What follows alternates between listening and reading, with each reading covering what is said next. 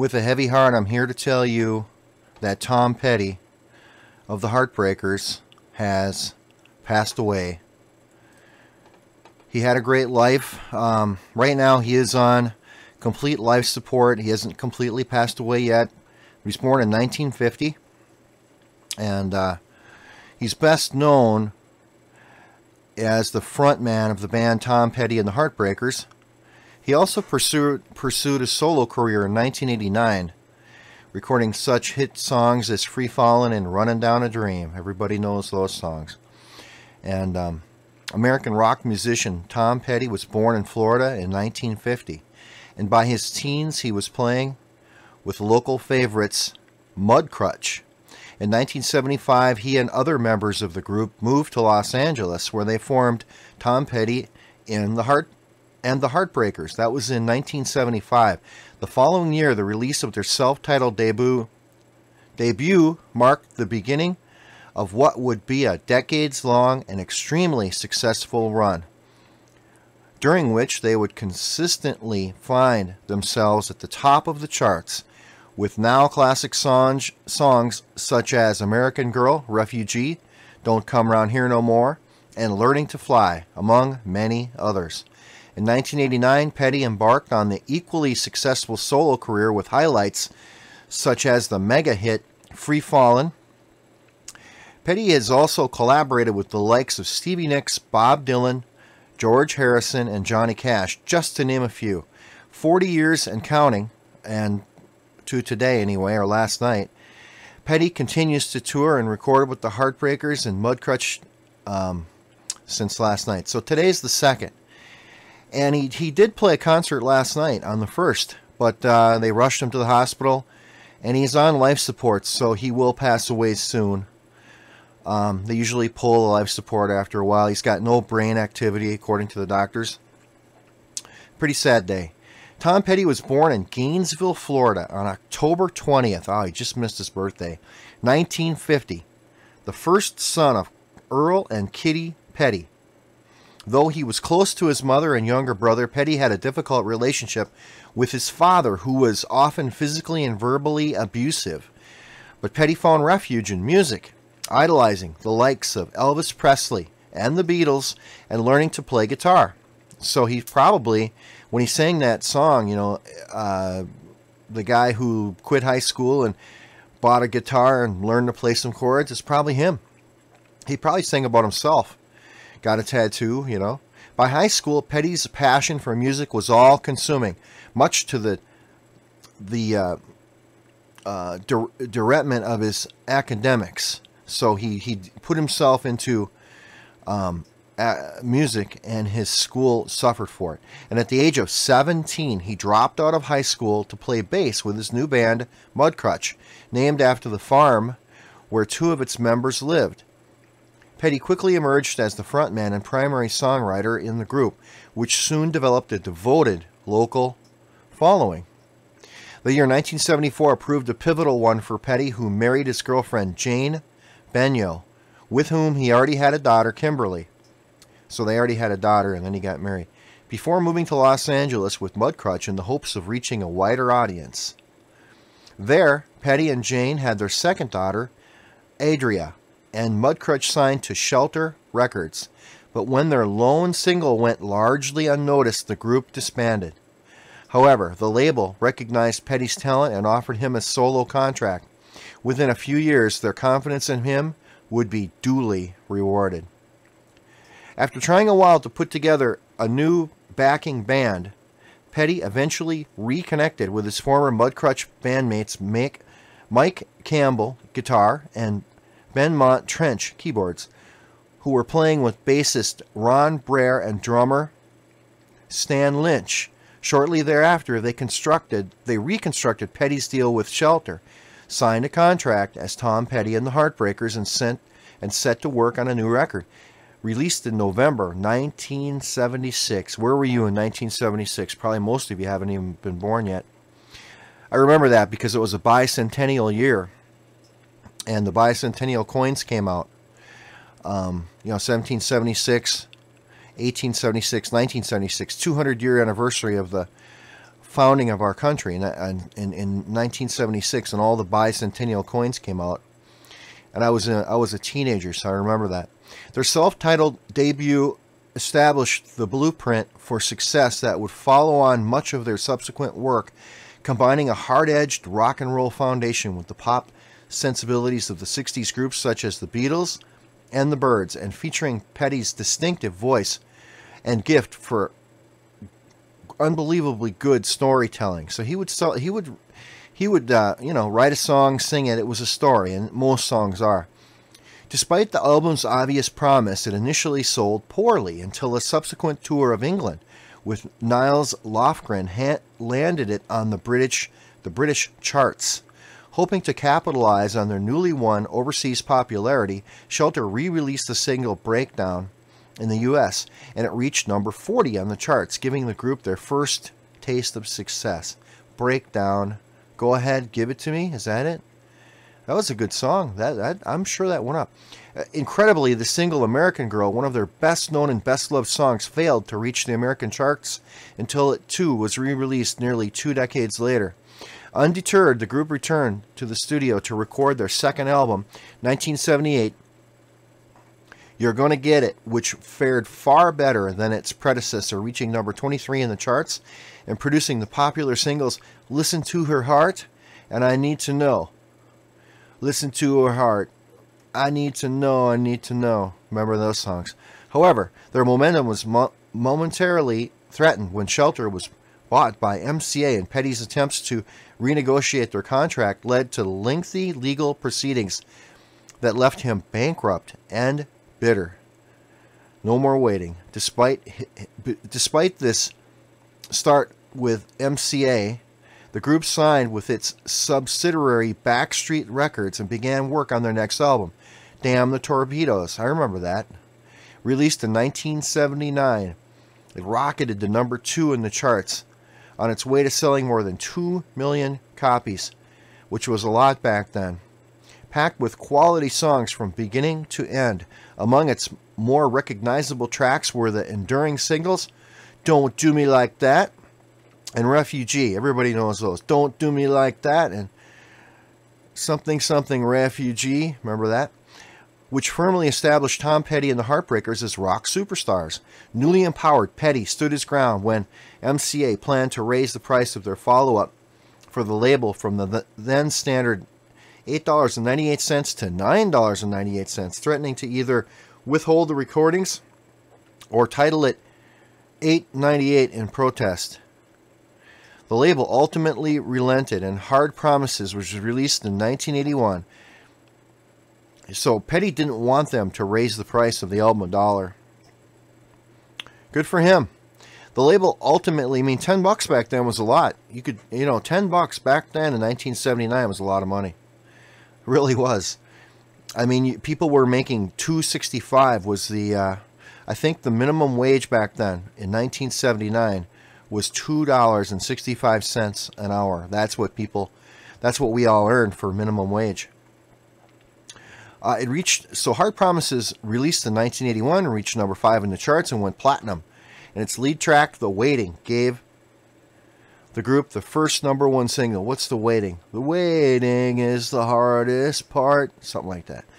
That same year, Petty collaborated with Stevie Nicks on her album Belladonna, recording the hit single duet Stop Dragging My Heart Around, as well as producing Del Shannon's Drop Down and Get Me.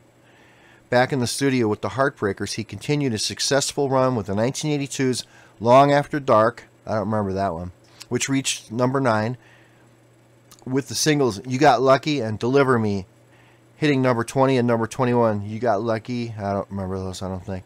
At the same time, the pressures of fame were taking their toll on both Petty's marriage and his relationship with his bandmates. Shortly after the release of Long After Dark, Ron Blair left the group and was replaced by Howie Epstein.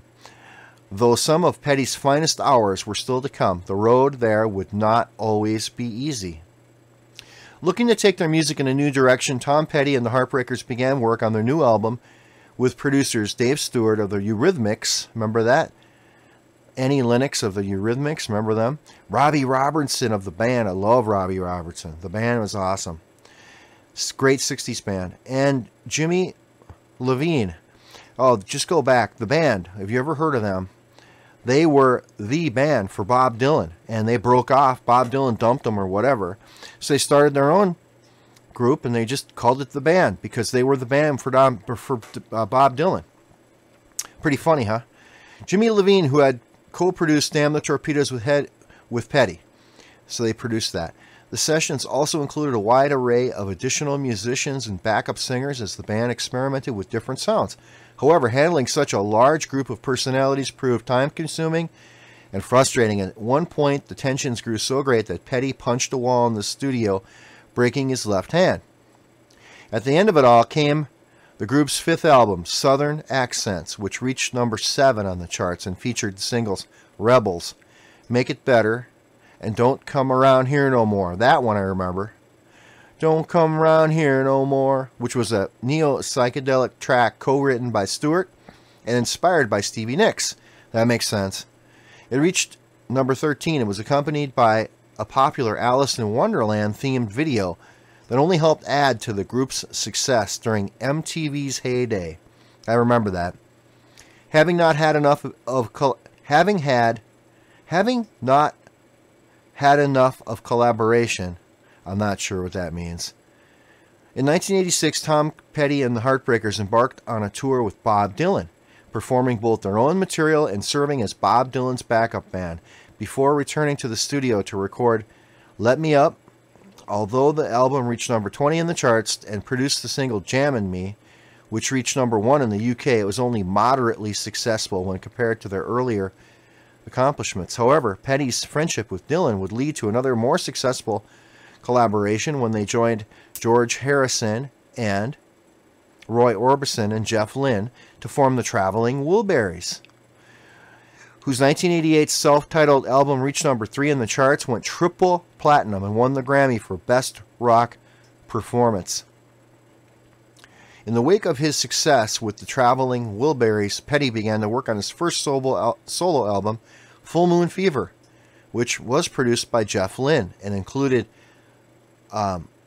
several of the Heartbreakers. Now, Jeff Lynne was he was ELO, Electric Light Orchestra, and just so you know, Jeff Lynne is a genius. He wrote and produced and sang on all the songs in ELO. I don't even think he had any help. I think he did everything himself. He played all the instruments. He sang. He wrote all the songs. Jeff Lynne's a genius. Just if you didn't know that, it's amazing. Electric Light Orchestra, Jeff Lynne, a genius. Okay, so that Full Moon Fever was released in 1989. The album was a massive success, reaching number 3 in the charts. Yeah, it was done by Jeff Lynne, that's why. And going multiple platinum. The lead single, Free Fallin', reached number 7 on the singles charts and remains among Tom Petty's best-known songs. Running Down a Dream, yep, and I Won't Back Down. Now, those are definitely his best songs. Running Down a Dream and I Won't Back Down. They were really, really crazy good songs. But despite his new and overwhelming popularity as a solo artist, Petty did not turn his back on his bandmates. In 1990, the Traveling Wilburys released their follow-up album, Volume 3. And in 1991, Tom Petty and the Heartbreakers put out the platinum-selling Into the Great Wide Open, that was a good song, which featured a popular single of the same name, accompanied by a music video starring Johnny Depp and Faye Dunaway, as well as the top 40 offering Learning to Fly. So that's a big one. Around this time, Petty also revealed he had secretly brokered a deal with Warner Brothers years earlier and that he would be leaving MCA, bringing to an end years of conflict between him and the label. They would go out with a bang, however, releasing a greatest hits album in 1993, which featured the Rick Rubin-produced single Mary Jane's Last Dance. Last chance with Mary Jane, one more time to feel the pain. That's good, really good song. And a music video starring Kim Basinger. The album would remain on the Billboard charts for more than 6 years. Wow. For his first Warner Brothers offering, Petty teamed with Rick Rubin to produce his second solo album, Wildflowers, 1994, which nearly equaled the achievements of Full Moon Fever. Among its notable tracks are the singles You Don't Know How It Feels, You Wreck Me, and It's Good to Be King. The 2 years later, he reunited with the Heartbreakers, minus Stan Lynch, who left the band in 1994, to record the gold record soundtrack for the films She's the One, and also to play backup for Johnny Cash on his album Unchained. Also in 1996, Petty and his wife Jane divorced after 22 years of marriage, beginning a difficult period for Petty, in which he developed a heroin addiction. So he had a heroin addiction. I'm sure that contributed to his death. Personal struggles aside, Tom Petty and the Heartbreakers kept grinding away, selling 20 sellout nights at the Fillmore in San Francisco in 1997 before returning to the studio with Rick Rubin to produce the top 10 album Echo, continuing his record of siding with music fans against the might of the record labels. The single Free Girl Now was initially offered for free as an MP3 download, and he refused to raise ticket prices for their subsequent tour, so he really cared about people. Kicking off the new millennium, Petty got his personal life in order, kicking his heroin addiction and marrying Dana York, who had met a decade earlier. So right around the year 2000, he quit heroin.